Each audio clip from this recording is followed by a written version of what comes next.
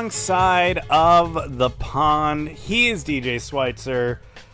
I am Jeremy Lance. We're just drinking old style in my basement right now. It's the best way to spend your Wednesday evening. Yeah, why not? Yeah. I told you the story last week when we enjoyed some old styles in your basement about how I used to go to this pub in Dayton when I lived there with all my friends, and we would go there together and get like these super cheap, like $3, $3.50 pitchers of old style. And we're really like, it's old style, but it's so cheap, like whatever. And then we went back a couple years later. It'd been a while since we'd all been, and we're like, hey, we should get some pitchers of old style, for old time's sake. And rolled up, and they were like, we're all out of old style. And I was like, it's a bummer. We were really excited to try to get those cheap $3.50 pitchers again. And the guy was like, you do know that you can get like Bud Light and Miller Lite for the same thing. We're like, is that new? The whole time you were. And like, no, it's been that way forever. Like, damn it. But hey, it's not to say that I can't enjoy an old style, because here we are. Old style, man. In your basement. Helping people get through Cubs games since like 1982. Well, I mean, it was a good year. Probably not for the Cubs. Yeah. But here we are, not talking about the Cubs, not generally talking about old style. We are doing that for the moment, but we're here to talk to you about another scrumptious weekend of Premier League football, which has come to pass. Also be viewing some of the things into the, domestic side of football as well. Because some things have been happening here in Cincinnati, as they have been on and off for the last few years. And, just gives us lots to talk about as we have a new general manager now officially introduced in Chris Albright. So we'll get into that later in the show. But where should we kick things off tonight in your basement? No one can see what you're pointing to. You're pointing to the champions of Europe, Chelsea. I mean, seems like a reasonable place to start. I would understand why you would want to start there. Yeah, Chelsea, top of the table, somehow. Mm-hmm. Despite, having a rough week. Yeah. They roll into an international break, actually in first place. Yeah, you had this in the running order. You said Chelsea go top after a tough week. And I look back at that week because, in the lens that is a Tottenham fan, your week seemed great. Like, I would take your week still. Yeah, what backwater team did you play in a Europa Conference League this week? I don't even know. Someone that's unpronounceable, probably. But, I mean, you guys did have a tough one. You lost to City. Mm-hmm. I guess that was technically this week, wasn't it? That was a week ago. But it was the start of the week. Yeah. And then in the Champions League, too, just a bad result at Juventus, losing 1-0 to them. So a tough run of matches after you guys started the season really, really hot. Lukaku's been in this kind of weird, funky run of form. I know he's getting involved in play, but hasn't really been scoring. And there's a lot of questions about, Antonio Conte came out into the press and was like, Tuchel's not using him the right way. Yeah. He doesn't know how to use them. Which, I mean, is probably a fair complaint, getting, he was literally, pouring goals out of himself the last few years in Italy. So it seems like a plausible complaint, I think, anyway. But it has been kind of a rough we know week. Who to hire next. Yeah, well, there you go. If only you could have had him at some other point in the past. Could have had him whenever we want him. Yeah. Pretty sure. I feel like if Tuchel didn't happen, they wrote out someone else that just kind of sucked and got to the off season, and Conte was hanging out there, they probably actually would have gone second time around. Be like, hey, let's do this again. Let's give this a second spin. Of all the managers that you'd like to see come back for a second or third stint, who do you think would he be high on your list? Yeah, obviously? He would be the list. Yeah. I would. I mean, the other person that I would normally throw on that list would be Ancelotti, but things aren't going great for that guy right now. So. No, not. I mean, could be worse, but. I mean, not a ton worse. He coached Everton last year. I mean, sure, it's definitely gone worse. Okay, that's all right. Fair point. You know what? I retract my statement. Yeah. But anyway, Chelsea are back to winning ways after their tough week. You guys looked normal-ish. Yeah, it was a tough match against Southampton. I mean, listen, the theme of the weekend was basically every game was played in a monsoon. Yes, it was a very difficult weekend. No one had an easy go of it, it felt like. Very, very rainy weekend in England. Mm-hmm. So this one, again, in the monsoon. Chelsea score. Trevor Chalobah scores pretty early. And then you're thinking, all right, we're just going to put this thing away. Timo scores a goal, and then it's called back because our good friend Mike Dean, working the VAR that day, saw a little something that happened 18 full seconds before the goal. And wanted the ref to take a look at it, and he did, and then it's okay. Gotta pull this thing back. Remember that goal? Remember that when Azpilicueta dispossessed that guy like a couple minutes ago, and the defense still had chances like 2 different times to like reset after that. We're gonna call this goal back because of that. So, and it was just also it was like Timo has had so many goals called back. It's just destiny. So of course that one got called back. And then we get straight into the second half. Southampton get a penalty. They score. You're thinking, oh my goodness, this is gonna be a disaster. Here we go. And then Southampton get a red card. Yeah, James Ward-Prowse gets sent off. Who scored the penalty? Yeah, I mean he does all their spot kick stuff and all their penalty stuff. Yeah, on both sides of it. And obviously the doors really got ripped off a little bit there. Yeah, then Timo finally scores a goal that was not chalked off due to a foul that happened minutes beforehand. Congrats, Mr. Werner. And then Lukaku should have had a goal at the end of the match. Yeah. Instead, he somehow like shanked it off onto the post, and then Ben Chilwell fired it home, but it was like knocked out. And then like I forget about that watch thing. Like the watch like vibrates. Yeah, exactly. And so it was like instant like vibrate, boom, that's a goal. Never saw a replay to see how far that actually went into the goal. I mean, it didn't look like if it vibrates, it doesn't really matter. Right. Yeah, but like, I mean, I'm saying it probably barely got over the line. Yeah. This is one of those things I hate when people lump in goal line technology with VAR and think it's the same thing. Like, no, goal line technology is like all robots. It's almost it's all done by the robots. And it's all digital. It's like infallible, pretty much. Like there's almost no way for it to be wrong. Mike Dean remembering a foul that happened 20 seconds before the goal. That's not robots. Nope. That's Mike Dean going like, wait a minute, hold on. See this thing? Go look at this thing. To be fair, Mike Dean's consistency at being terrible is nearly robotic. I mean, he delivered those lines on Ted Lasso with the zeal of a robot. I haven't gotten there yet, so. Oh, gosh. Slowly catching up. Slowly. There is no prize for being the last one to finish Ted Lasso. Listen, I've not watched Titanic, and there's no prize for not seeing a movie that came out in 1996 either. I'm not looking for prizes. I'm just going at my own pace here, man. Just let me watch the show when I need to. Just know that we can't make Ted Lasso references until I get caught up. Okay. Yeah. So we'll save that for April. Yeah, maybe. Moving house in between then, man. So the season finale debuts in 24 hours.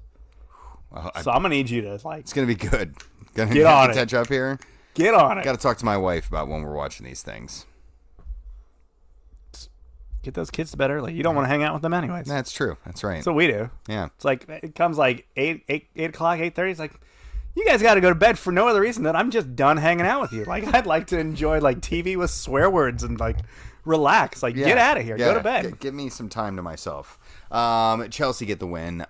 Here's someone that's nipping on Chelsea's heels. Actually, both of these sides nipping on Chelsea's heels, at least in the table. City and Liverpool. This was the big one of the weekend. 2-2 draw between the two of them. All the fun left for the last, 20, 30 minutes of the match. And then it just got nuts. All tasty goals. Yeah. Oh, it was a delicious set of goals. I was really angry because I was only able to watch the first half live. And was like, it wasn't bad, but like could have hoped for more. And then I was texting with a friend, after I got done coaching, and they're like, oh, what happened? And like, oh, everything happened. Like everything happened. Yeah, I didn't see the Mo Salah goal right away. Mm-hmm. I think at the grocery store. Yeah. And I'm like my friends, like we have a group chat, and One of them's a big Liverpool fan. One of them claims to not be a City fan, but is definitely a City fan. Just doesn't want to admit like he doesn't want to be all in, but like he's in enough. Mm-hmm. And then the other one's a Newcastle fan, so we just don't even talk about their team. Just LOLs. Yeah. But they were all like going off about like the Salah goal. I get home, I'm looking at Twitter, like everyone's like, "Holy crap!" And so like I was like, "Oh gosh, I gotta go see that. Like I gotta go find the highlight and see this goal." It was a tasty goal. It was worth the wait. It was definitely worth all the hype too, and it's got everyone talking now like, "Oh, Mo Salah's the best player on the planet again," and it's kind of like he's good. Yeah. But are we really ready to go to the best player on the planet again category? I feel, is that just the need that everybody feels like we have to already, like Messi and Ronaldo are still there, and we're already like, we got to fill the void. Who's going to be the next like big like name? Like, is it going to be this person? No, it's not going to be Neymar. Is it going to be Mbappe? Maybe if he goes, if he leaves PSG, I don't know. Can't be happy he's really kicking a fuss right now. But no, I think I mean he's still a good player, obviously. Yeah, right there. The guy's name was Lars Nootbaar. Yeah. One of the random Dutch guys who actually plays in Major League Baseball. Gotta love those dudes. Yeah.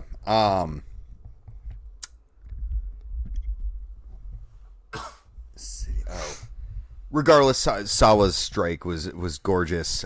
We saw a couple other good finishes, and it was a back and forth affair, right? Like it was like every 5 minutes, each team traded a couple goals, and we then saw a frantic finish, at least from what I could tell from the replay end of it that I watched, and I think that this was. If I could have watched it all live, I'd be tempted to call this like the most entertaining match of the season so far, like from a big heavy hitters kind of perspective. I feel like ultimately those always end up though, like if you look at the totality of the season, it's always like something like crazy, like that. Like I remember the one time the match of the season was that like Everton Bournemouth game that like was just absolutely off the rails, and like the Everton supporters, like. Storming the field and adding time to it actually cost them the match. Yes, like probably one of the best supporter moments we've had over the last few years. Yeah, you're right. There are a lot of them that end up being that way. But I mean, this was one of those heavy build ones that we often get disappointed about, right? Like because we get these 0-0s or 1-1s, and this dragged out a little bit, but it got so nuts at the end in the way that just makes a match. Like you're like, anything could happen in this next 10 minutes, and of course it closed out with nothing. But so we talked about Chelsea. We talk about Liverpool and City now. I mean, those are kind of the three legit, at least to most people, legit contenders that we have right now. Yeah. If you were to rank those, where are you putting them? Because they've all kind of faced each other now, right? Like they have absolutely all faced each other. Yeah. I think the table is probably sorted correctly right now. Okay, and I think Liverpool and City, I think are pretty neck and neck, and I think aren't they level on points? So no, City is in like fourth or fifth? Yeah. Regardless, I think that's probably the right pecking order for them at the moment. Chelsea to me are still the best side. Liverpool. We'd been talking all the way up until this point, like, hey, they haven't really faced too many tests to now. Yeah. So it is City third, Liverpool second, Chelsea first, and it's 16 points, 15 points, 14 points. Yeah. So they're all run. Yeah. I do think it's a fair representation of kind of where everyone is right now. Like if you look at where Chelsea have probably looked the best out of all the sides, right? So that makes the most sense. Liverpool have dominated most everyone that they played, have stumbled a couple times, and that's probably an accurate assessment of where they are. City are good. We knew they'd be good. But I mean, they've done the thing where they look like world beaters in one match, and then they'll go and do like a 0-0 draw with Southampton. You're like, what happened there? And it's weird. Like I wrote down, they have striking woes at the moment. They're still averaging 2 goals a game right now. That doesn't suck too bad. No, like I would like that, but I don't know. To me, it feels like Liverpool passed a bit of a test this weekend in that result, and they've kind of earned that second place in the table. I'm looking forward to another opportunity for Chelsea and Liverpool to face each other to really sort that one out, and I know it won't be for a while, but I would say that's probably an accurate assessment. So City have dropped points to Southampton, Spurs, and Liverpool. Liverpool have dropped points to, obviously, City, Brentford, Chelsea, and that was it. And then Chelsea have dropped points to both City and Liverpool. Those are the two teams they've dropped points to. Yeah, right. So, in Chelsea's case, like, they're losing the matches against their direct rivals, right, or dropping the points. In the case of City and Liverpool, they're dropping those points against teams that they would mostly can consider inferior to them, right? So Chelsea seem like they're the club that are kind of taking care of business, right? I love that you grouped in Spurs in the inferior team category. It's accurate right now. It's accurate. Right. Yeah, I just didn't want to breeze by with everybody acknowledging we're okay with acknowledging our inferiority at the moment. But you guys don't host NFL games at your stadium, so you got us there. Counts for something. Boom roasted. Yeah. Yeah, I mean, doesn't that feel accurate, right? Like, Chelsea are doing the business. Right. They may drop some points here and there against the big sides, but if you mop everything else up, like, it's going to be pretty hard for everyone else to catch you.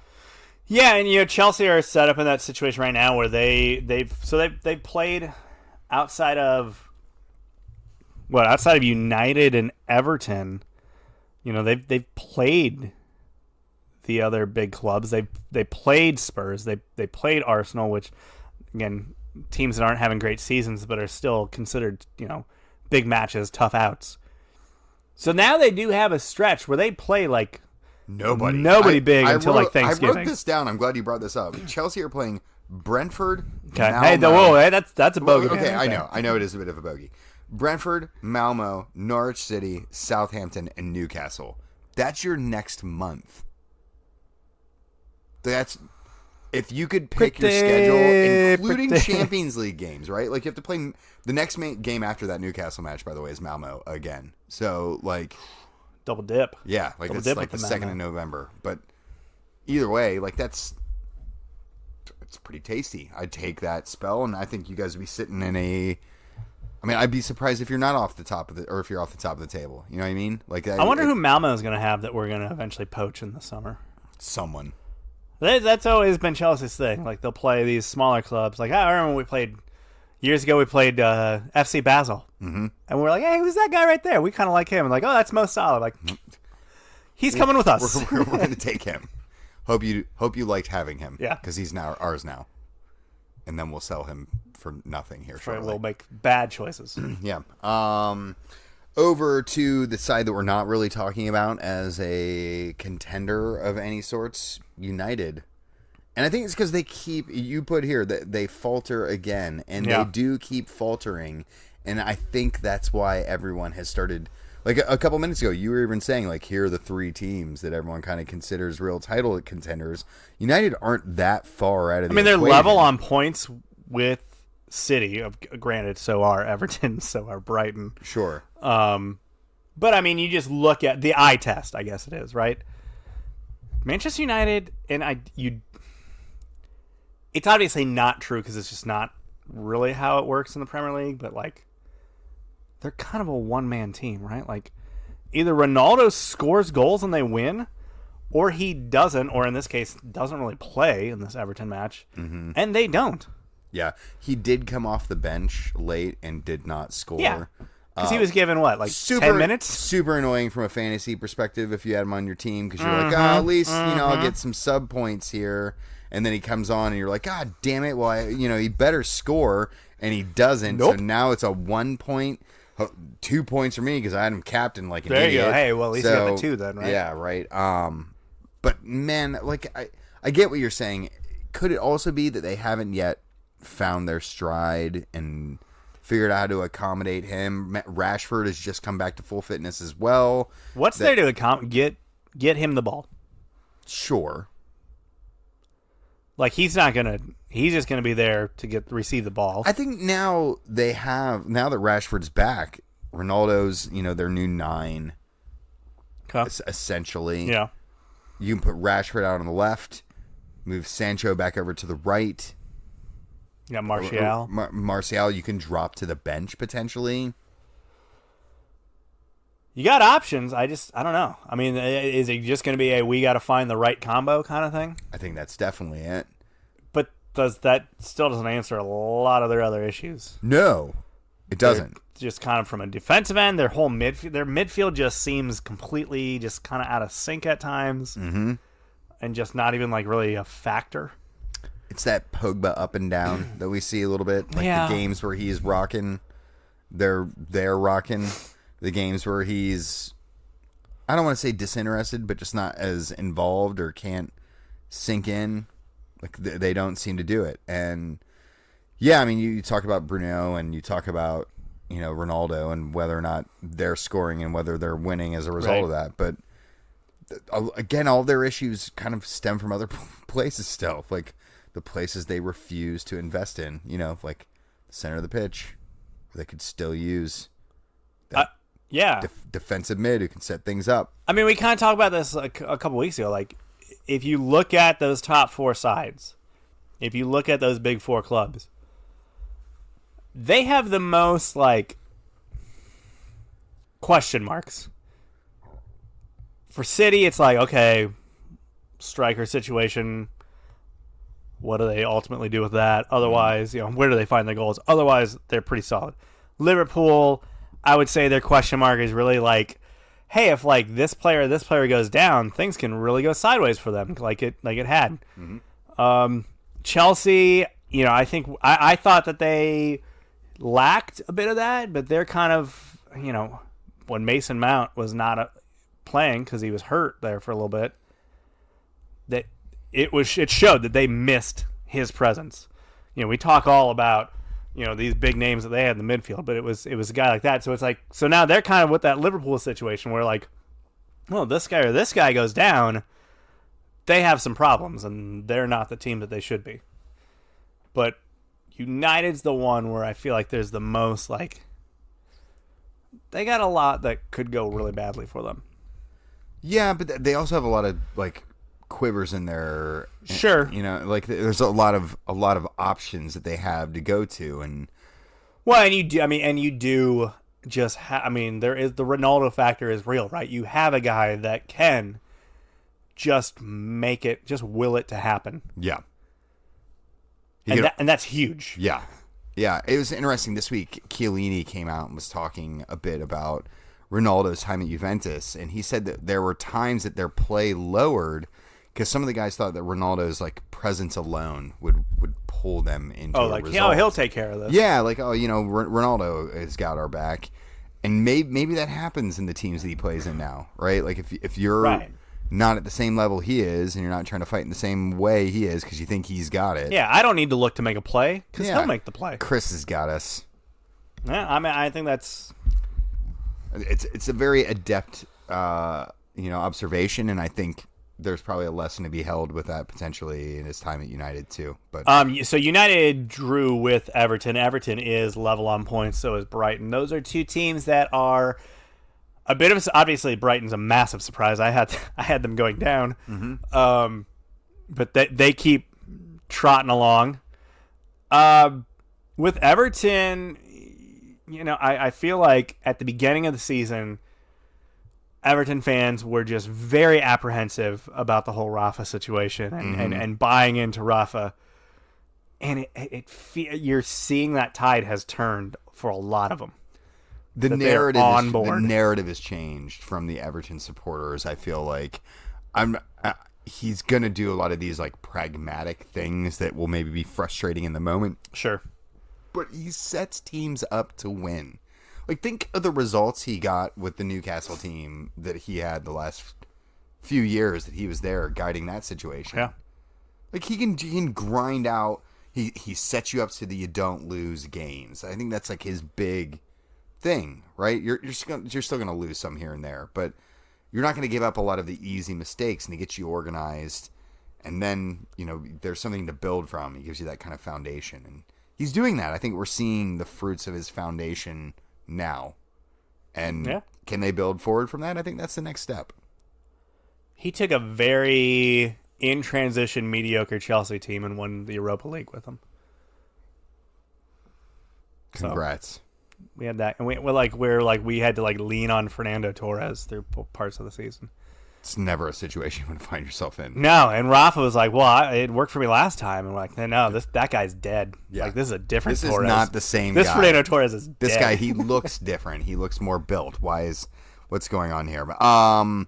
You mentioned Brighton. They got a 0-0 draw at home with Arsenal. Arteta's squad looking like world beaters last week against Spurs, and then back down to earth against the Potters. Yeah, definitely boys. back down to earth. How about, what? I talked about the bogey that is Brentford. They steal one. This was awesome because I think I was watching Leicester City slowly get Brendan Rodgers fired, and then they immediately switched over because it was Leicester City had a 2-0 lead in that match, and then let Crystal Palace that for Palace to come on all Palace. the way back. But so that match ends, and they immediately go like, "Hey, we'll take you to the last few seconds here of West Ham and Brentford." And Brentford had a free kick. It was pretty much a foregone conclusion that the whistle's getting blown as soon as this is over. Sure. And boom, they put it in. Yeah, it's like when the commentators are saying this will be the last kick of the match, and it was, and it was a winner. Boy, it was influential. We can't not mention your boys Back to winning. against a Villa side that's actually been a tough out for a lot of people. Yeah, it is definitely one that had me a little nervous given how Spurs have performed. And they beat United. They did.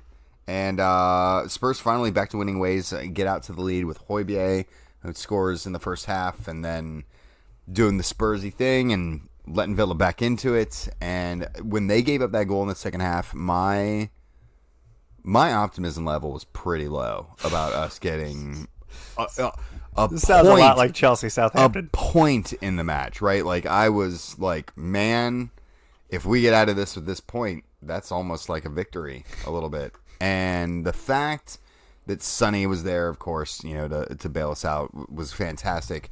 But it is one of those things where I'm like, okay, maybe we needed to shake that little demon out of us a bit. Sure. I know he had himself a nice Thursday at fill in the blank European competition. Sure, wherever that was.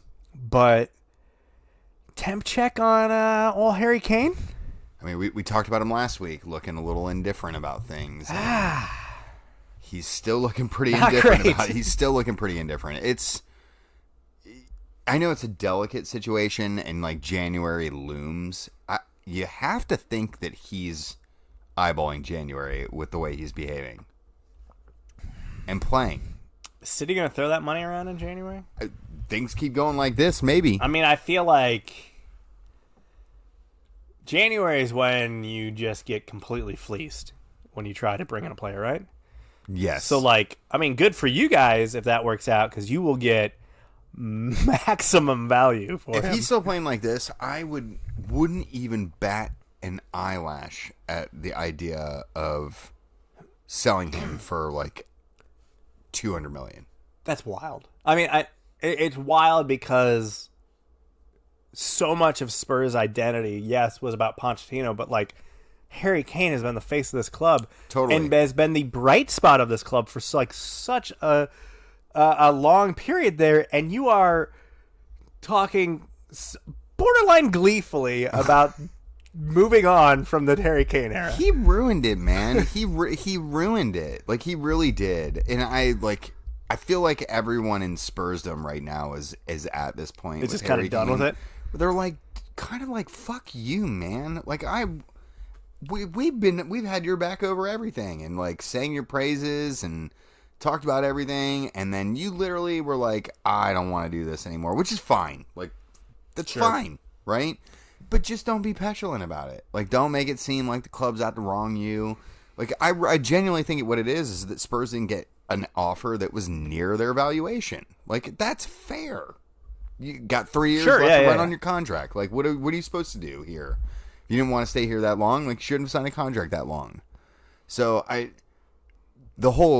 everyone is kind of in universal agreement. Like, his Harry brother, Kane is the Aaron Rodgers of the Premier League. Yeah, and Aaron Rodgers was a lot more likable before all this. You know what I mean? Yeah. Like, I used to love Aaron Rodgers. He had and those great insurance commercials. This guy's a douche. Yeah, like, oh, man, I want Allstate. Was it Allstate? It wasn't Allstate. Whatever. He was it was. State Farm. State Farm. Whatever. Discount double check. Now I want State Farm. Yeah, whatever. Now I want State Farm. Like, I don't even like football. But you know what I mean? Like, it was that transition to like villain. And luckily though, the Packers are playing very well, and Aaron Rodgers is playing very well now after a very terrible week 1. Yeah, Harry Kane's still not completely off the mat for the season. Hey, hat trick in rando European town. Name the club.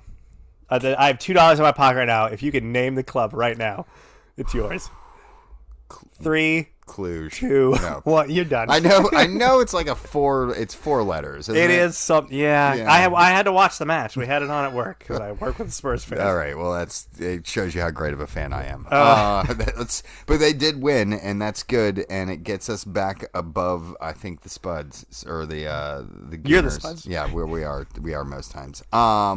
Let's move away from this before I embarrass myself further. We've talked about just about everyone in the league. I did have a note next to Burnley 0, Norwich City 0. That was perhaps the most predictable scoreline in the history of professional soccer. Like, why even play the match? Just be like, hey guys, we're all good with a 0-0 draw, right? Yeah, no one needed to watch that. Josh Sargent, I guess, needed some fitness. So was that Norwich's first point of the season? No. Maybe it was. It was. Okay. It was. They're that bad. They're 0-1-6 on the season. Yep. Oh, man. I mean, they might. We're going to have like quickest to get relegated kind of talk coming here now. I mean, we're getting into that territory, right? Like we have reached a point where we can start talking about that infamous Derby City side that were just that bad. Yeah, was that 9 points? I think it was 9 points. Like we're what, 7 matches into the season right now? I don't think it's absurd for us to start talking about that. Like, yeah, we're in that territory. I mean, I think that if they maintain this average, they will beat that. Yes. Their next match is Norwich, Brighton, who's 6th place and very good. Then Chelsea. Then Leeds, who I feel like is just going to run all over them. Then Brentford, tough out. Southampton. I mean, everybody's technically a tough out for them, but they don't have. Like, I'm looking between now and like Christmas, and I don't know, maybe the Newcastle match, but it's away. I don't know if they have a win between now and Christmas. Maybe the Crystal Palace match on not Boxing Day, but 2 days after that. Yeah, between now and Christmas, I don't see them winning a match. No, and they haven't won one yet. No, so like, it's not a good look for them. Derby County, go ahead. I mean, you can't afford champagne, but go ahead and pop those bottles because I think someone's finally gonna take you off that record. Pop those bottles. It's like the complete opposite of the 72 Dolphins. Dolphins, right? Like, someone is worse than us. This is Larry such a Zonka celebration. just freaking out. The only other match I think it's probably worth mentioning, Leeds 1, Watford 0. Not particularly notable for the result, but more because Watford did the thing. Gave us our first managerial canning of the season. I almost want to check to see if we got this right. I got it. I went back and looked. Did you pick Watford? I did. I picked, it was Xisco Munoz, who ended up getting the can at Watford. I looked at my note on this too to like see like what did I write here, and I wrote something along the lines of like, I don't really know anything about how good Watford are or aren't, and I don't really know anything about Xisco Munoz or whether he's a good manager or not, but I do know that the owner of Watford loves to fire managers, and I bet he'll be the one to do it. And I mean, yeah, that's now the official safe bet is just pick Watford. Just Watford's coach. Because they just churn and burn. I was listening to the Football Ramble earlier this week, and they said that They've had 15 managers in the last 10 years. 15 managers in the last 10 years. Yeah, that's...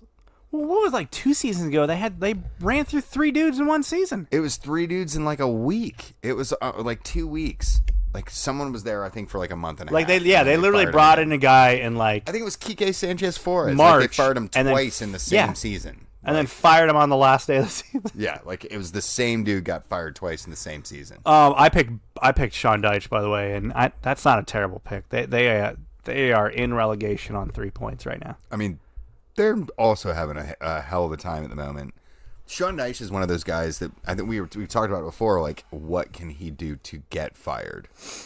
And this is not like the problem is that he's been in the Premier League with them too long for it to be like, oh, well, he'll just, take them back down and they'll come right back. Like, no, like he's been around too long. Like the talk is going to be like, hey, we got to change it up. The page needs to be turned at Burnley. Like that's where they are now.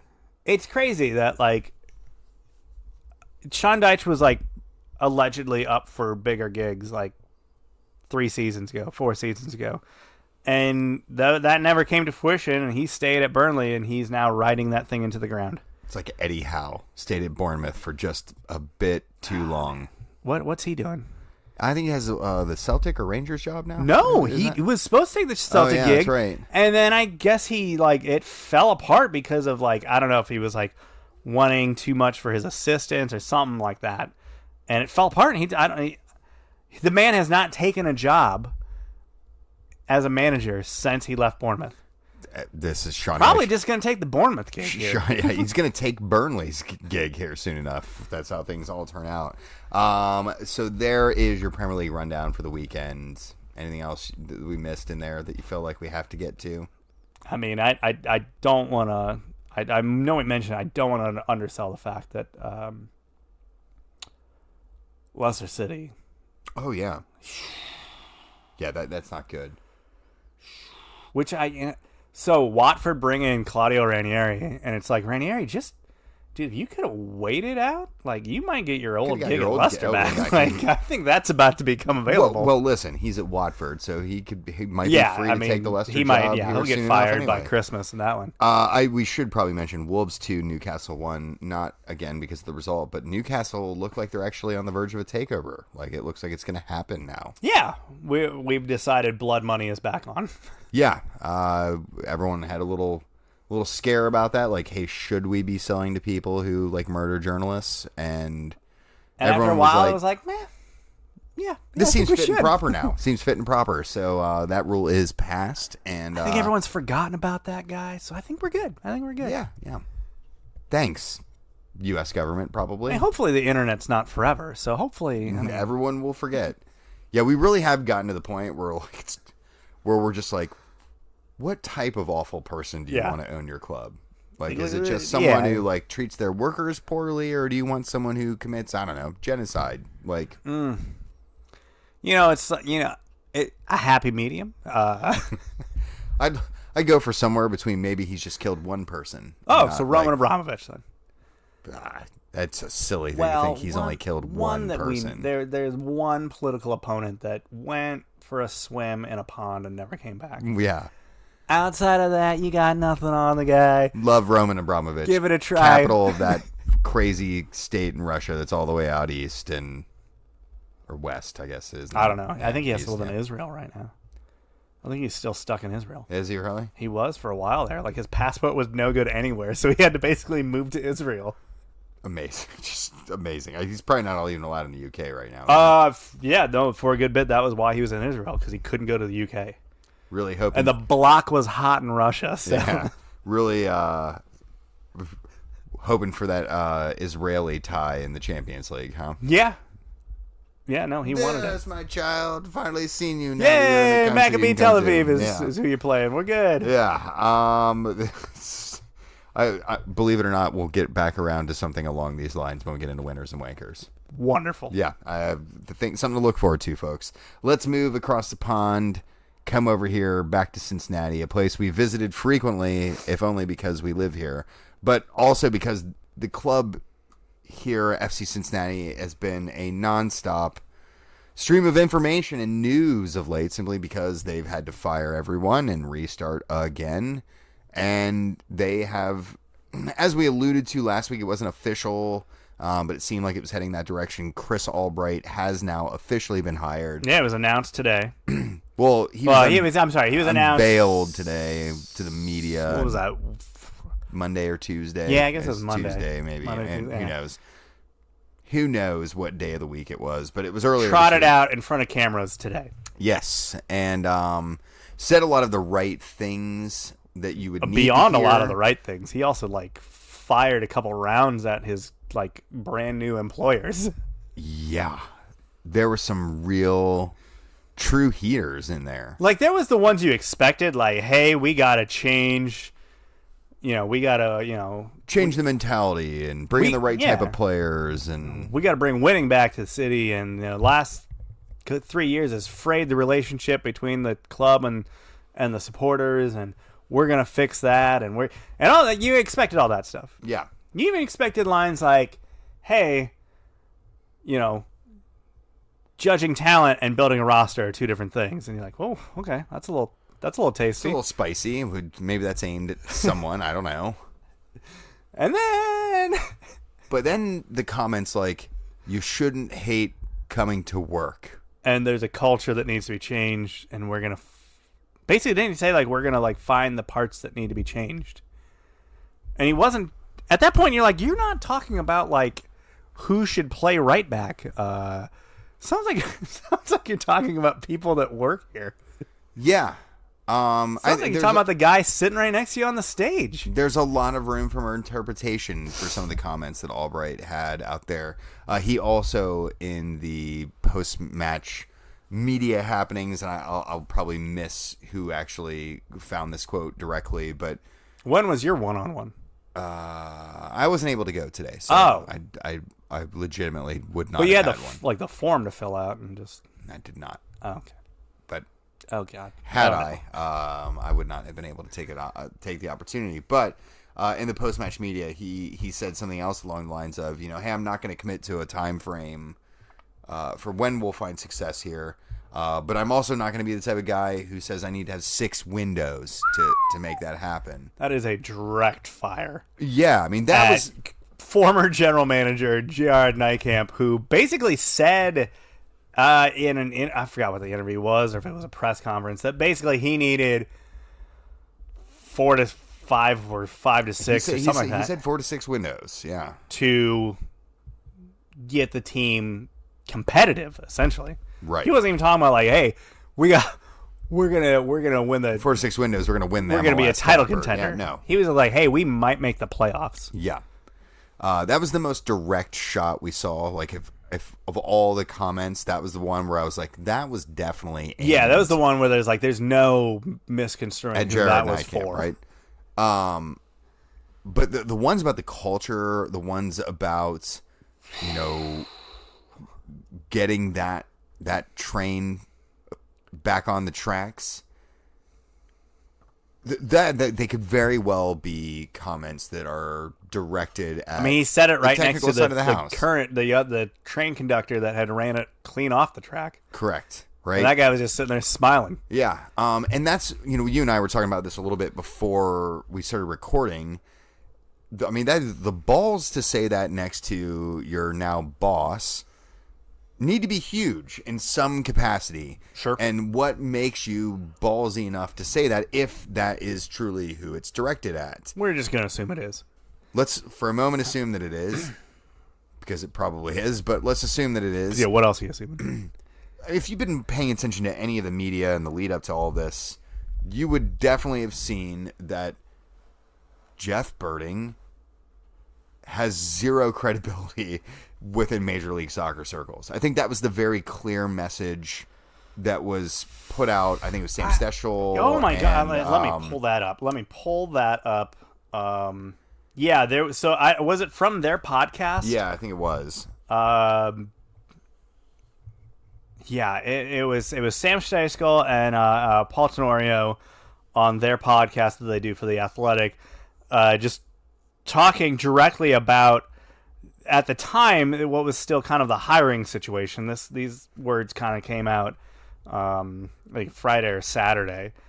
But the quote is, the reality is and he's talking to, this is Paul Tenorio talking to Sam Steichel, you and I both have sources that have told us there are candidates who are not interested in going to Cincinnati because Jeff Berding is there and is involved. Period. Berding's presence within the club, it's a big one. And his influence on the sporting side still exists. And there are people who just do not want to work with him. And that's just to put it as straightforward as we can. We've been told that. So that's Paul Tenorio on the Athletic podcast. I mean, that's not like some random like journalist who's searching for clicks. No, that's Steichel and Tenorio, two of the most well-known, well-respected, well-connected MLS reporters there are. Seriously.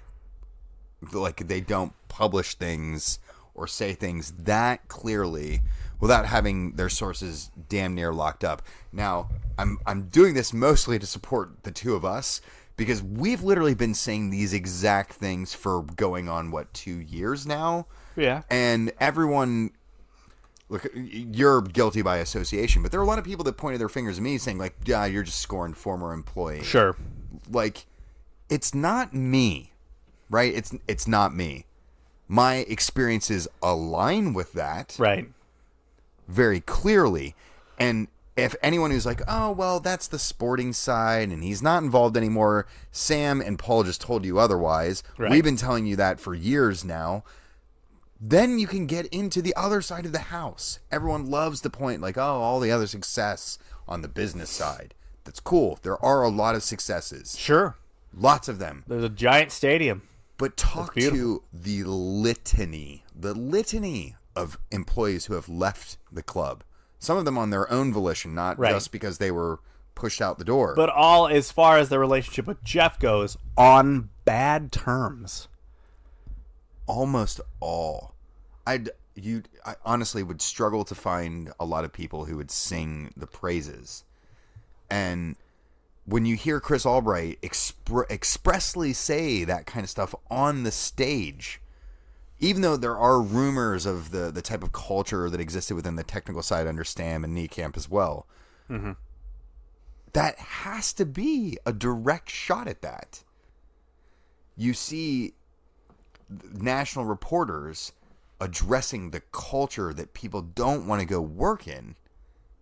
That is a comment that's aimed at Jeff. Like, it's almost impossible to separate them when you consider those lines of logic. Well, and MLS is a very insular league. Extremely. So that, if all of that has been reported and as obviously that you experienced and all that stuff is true, a guy like Chris Albright essentially already knew that. Like, that's already been stuff that he's known. Right? So that comes back around to the balls of the statement, right? Like, how big do your balls need to be? Well, big, right? Like Chris Albright, and I tweeted this too. Like, I'm impressed by his ambition here. Like, this is a project, like a big one, right? Yeah. Like, there's a lot of untangling. Like, how deep? What's the deepest hole you could dig yourself out of MLS? Like, this is it. So you have to be confident and believe in your abilities to take this job to begin with. But also, too, and I think you said this beforehand, like, Chris came in knowing, like, the hot seat ain't his. Right. He's not the one that has fired one general manager and 3-4 managers. Yeah.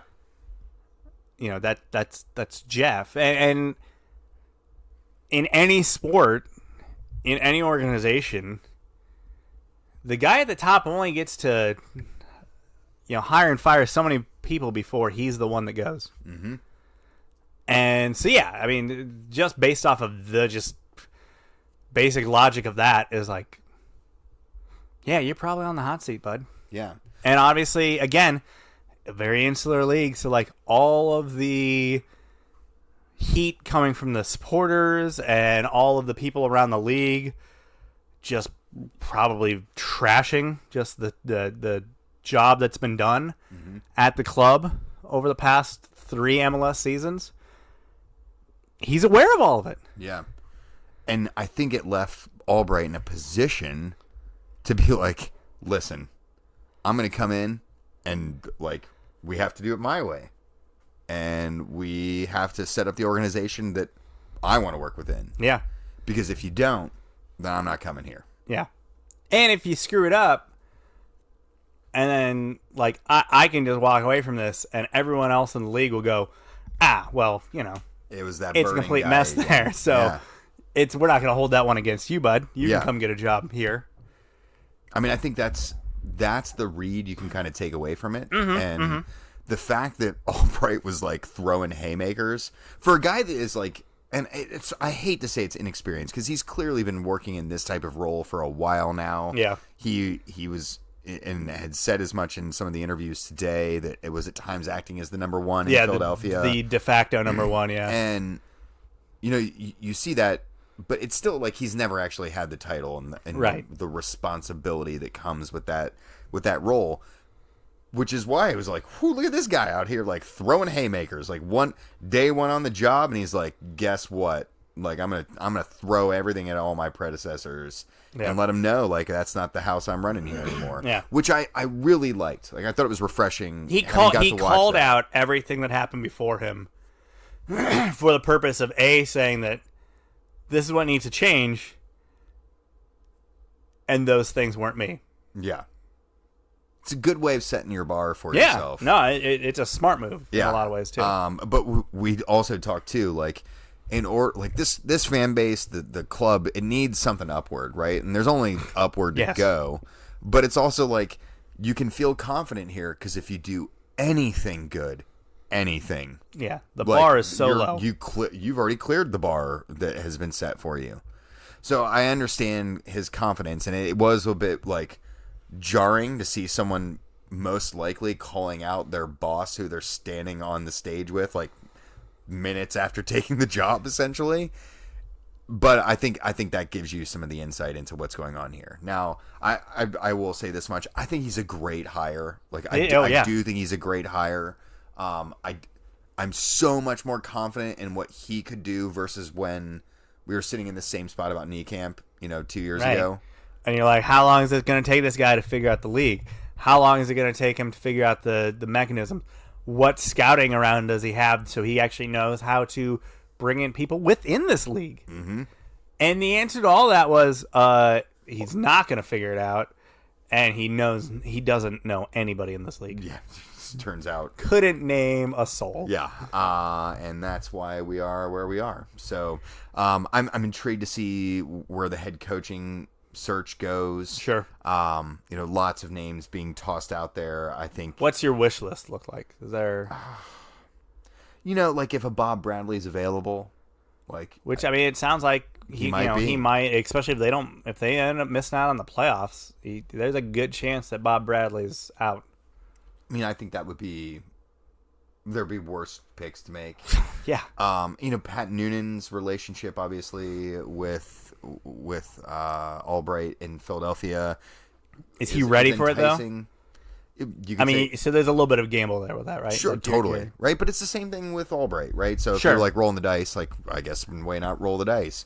But it also feels a lot like, hey, we went Dutch, and then we went Dutch again, right? Like, it's kind of like now we've MLS gone Philly. New experience, and now we're going MLS new experience again, right? Like, it's like all or nothing with this organization. So if it's that, I would almost fully expect. What if it's Landon Donovan?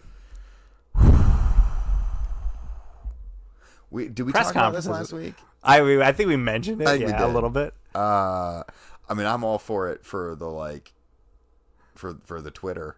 Yeah, for the show. Yeah, I don't know that it'd be good for like. I don't. I'm just trying to think of other names though that are out there. I know it does appear that there are forces trying to push Landon into a gig. I would not like Landon Donovan. Yeah, I don't think he's there yet. Yeah. I would take an MLS assistant over. Okay. No, I'm with over you. Landon's couple years of head coaching experience. Yeah, no, I USL. think.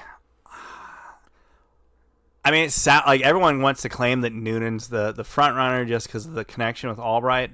It also does sound like Noonan's like fairly far down the road with Salt Lake as far as it sounds like taking that gig. I would imagine every club that is going to have a vacancy potentially is sniffing in his corner. You know what I mean? Like that seems the most likely scenario. Personally, I would feel more comfortable if they brought in a manager that has done it before, right? I think that's the most important thing.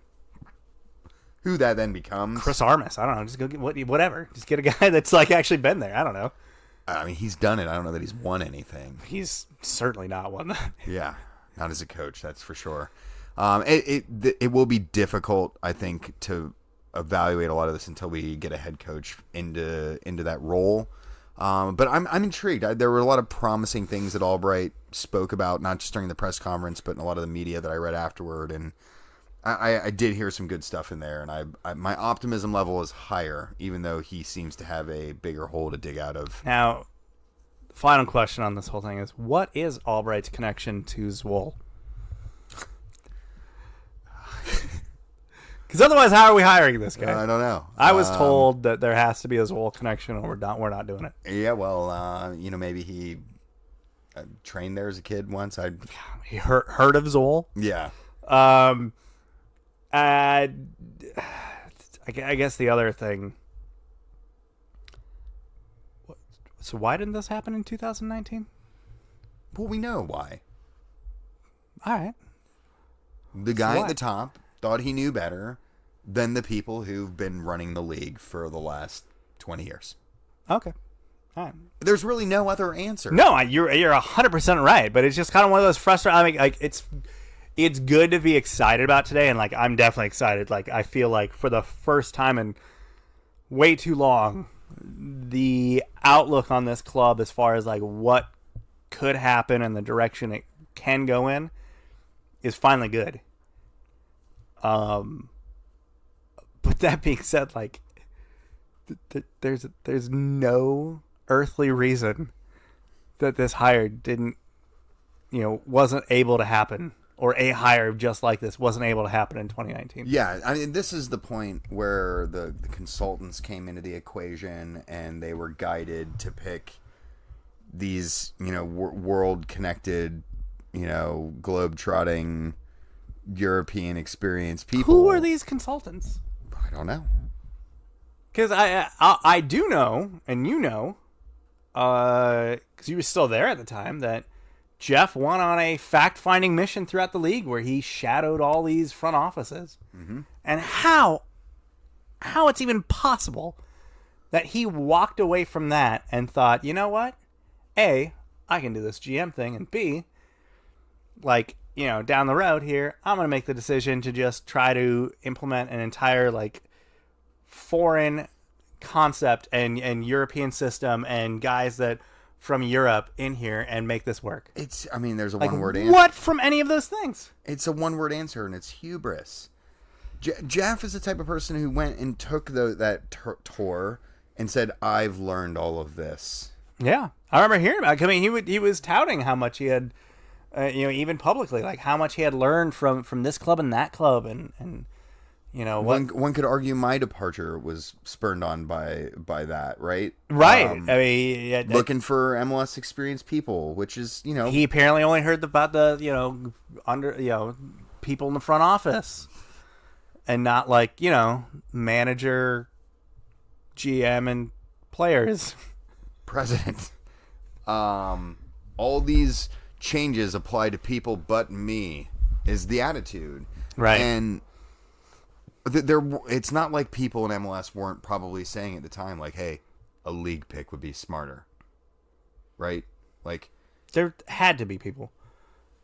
I'm raising my hand over here as someone who said something like that before. Every pundit in MLS was saying that, and said it then again when Night Camp is brought in, and they're like, I don't know. Ooh, I don't know. This experiment's gonna going work Dutch this thing time. seems like a bad idea. These kind of these experiments have gone poorly in the past in this league. Like there's a winning formula, if you will, that it's like, hey, you need to get people that like know this league well and let them run it. And like the track record of foreign managers and foreign general managers coming into this league and taking it by storm is like Tata and basically nothing, and then the list is empty. Yeah, it is Like pretty empty. there's not really much else. But there was a belief too that this club was an Atlanta United or LAFC of sorts. I miss the two just like off the charts dynamic DPs that they brought in year Or one. the like off the charts proven coaches that they brought in alongside of them. Yeah. Right? Like, oh, here's Bob Bradley with his MLS Cups as an assistant and a head coach. Oh, here's Tata Martino, who's literally like won all over planet Earth. Almost the same thing as Alan Couch. Pretty much. Right? Basically the same Or thing. a USL roster that was elevated with it. And it's a hubris and a belief that they know better than the organizations that have been doing it. And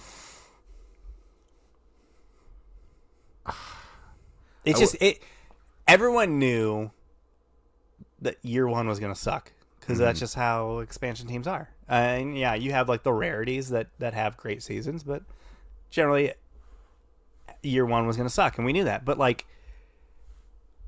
it didn't need to suck as bad as it did, and like the mistakes that were made like didn't even need to be made. well, everywhere along, like every step in the process, you know, we were looking through expansion Oh my draft gosh! picks.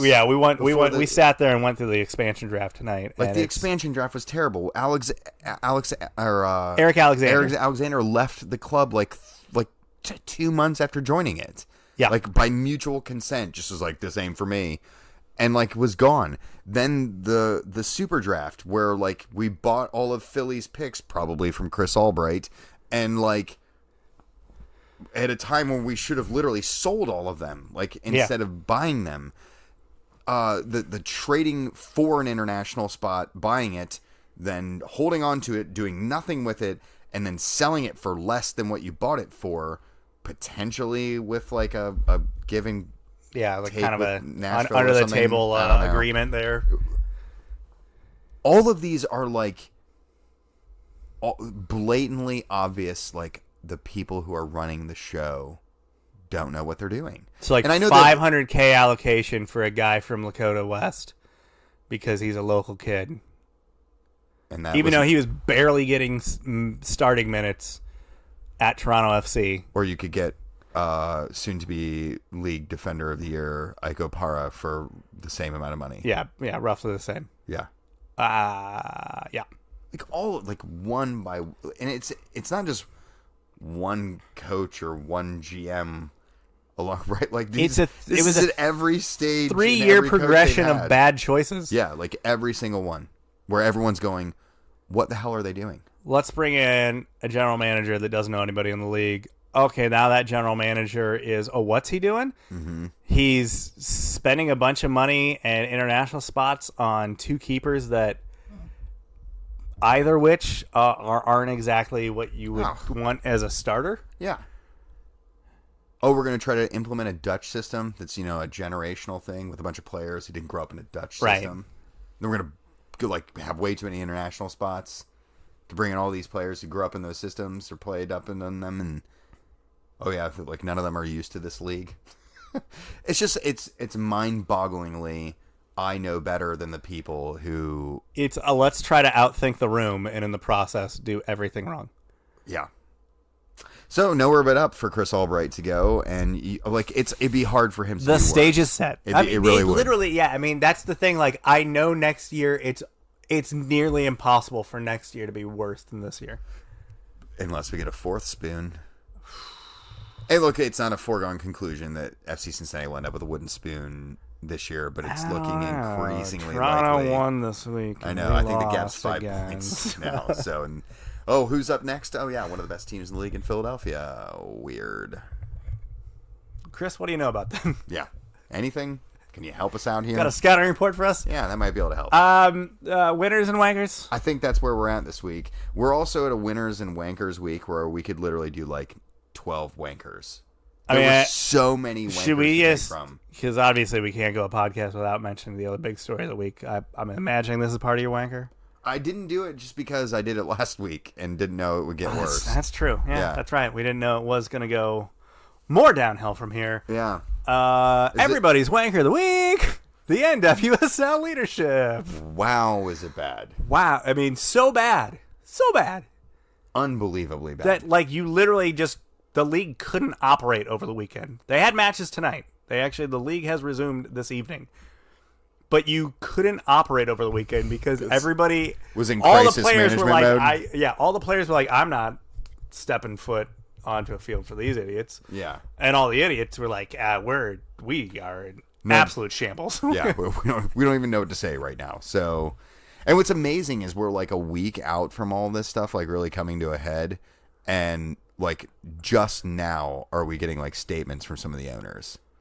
Oh yeah.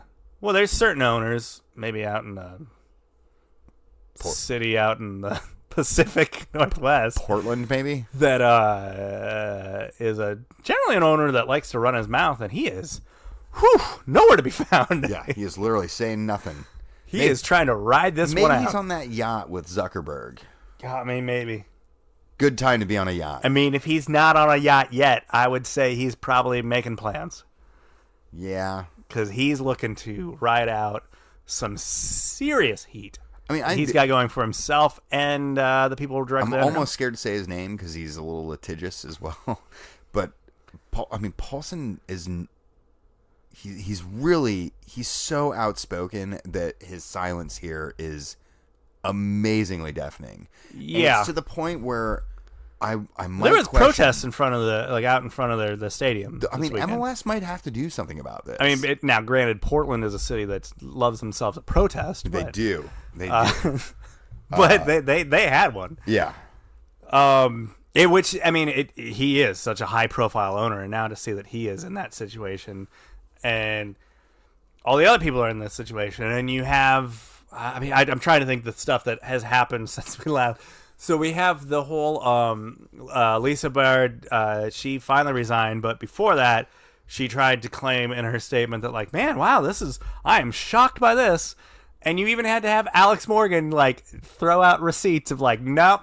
Here's the emails where you were definitely aware and told about all this stuff. So nice try, lady. It blows my mind when people try to come out and lie about this type of stuff. When it's like, it's so easily proven false. Right. Like, what are you doing here? Just the best course of action right now is A, to shut up, and B is to be like, my bad.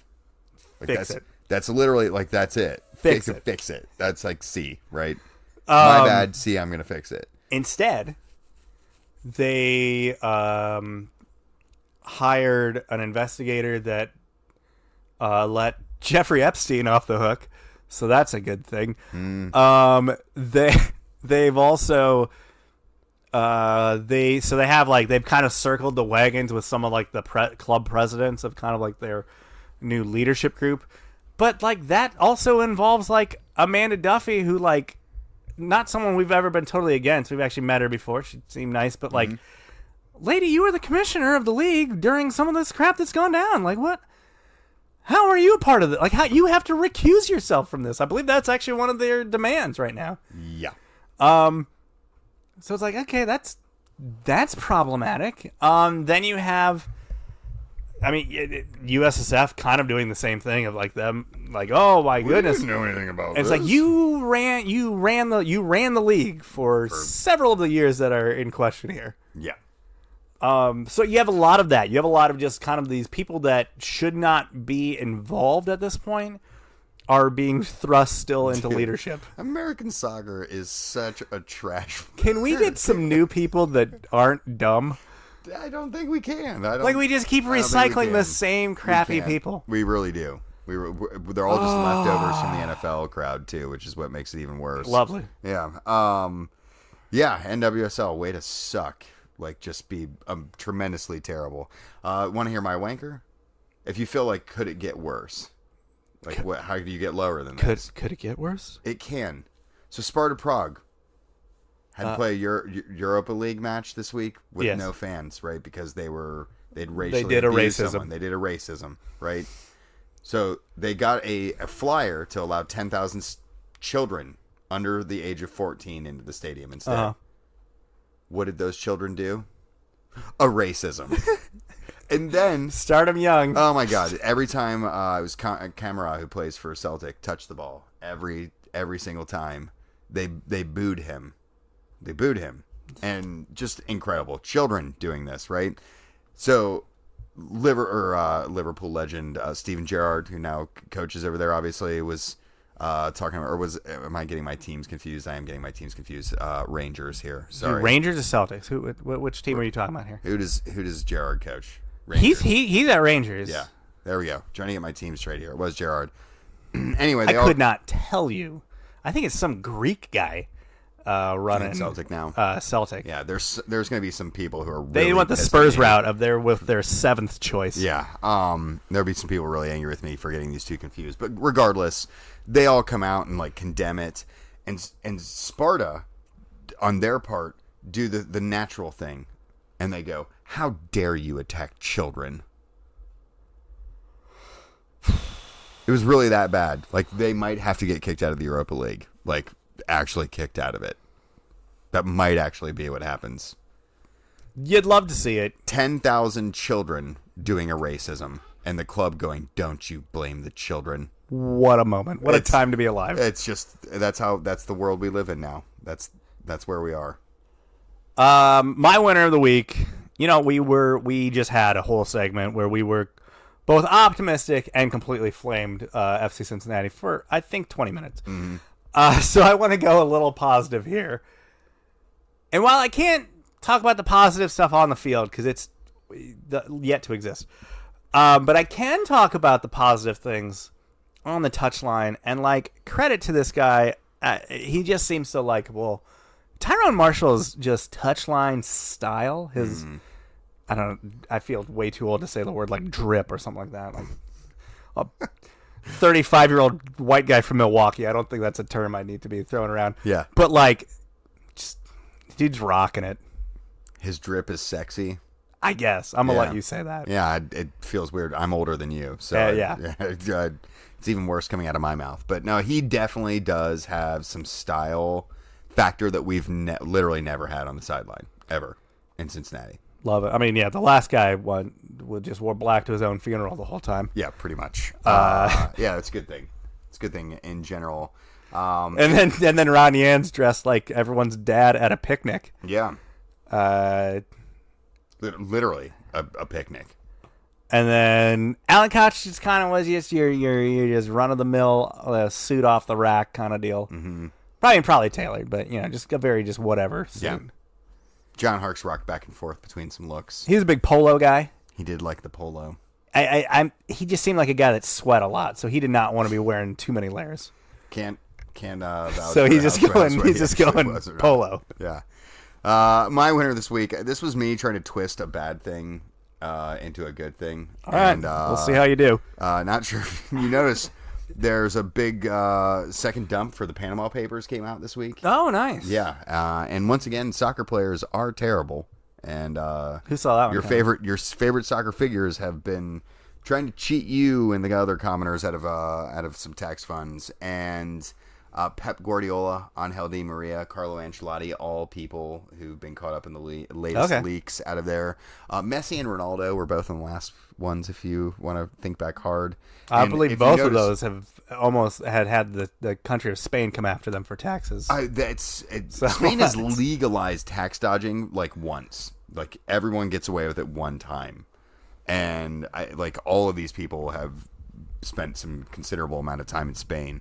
But what I'm really going to here is the journalists who pulled all this stuff out. Obviously, people will decry whether this is good or not, but I think it's awesome because we see lots of good regulation that comes out of it, but also soccer needs as much exposure There needs like this. As it there can needs get. as many lights shined on the seedy, dark places of this of global soccer as possible. And there were so many people that were like, leave them alone. They're just doing what other rich people do. Like, no. Like, soccer people are worse about it because most of them come from nothing. Like, that's what makes it so terrible. Like, you bastards, you needed this when you were children. Yeah, you were hosing the same hosing community you came from, essentially. Yeah, so that's what just really irks me. And I'm really stoked that there are people who put their lives on the line for this kind of stuff when it could literally end up costing them. So there's a way to take something relatively negative and turn it into a positive. Yeah. Yeah. That brings us to the end of this week's show, I think. Sure does. Okay, cool. If you want to get a hold of us, Jeremy's at Jeremy Lance on Twitter. I'm at Wrong Side of Pond. Talk to you soon. Bye.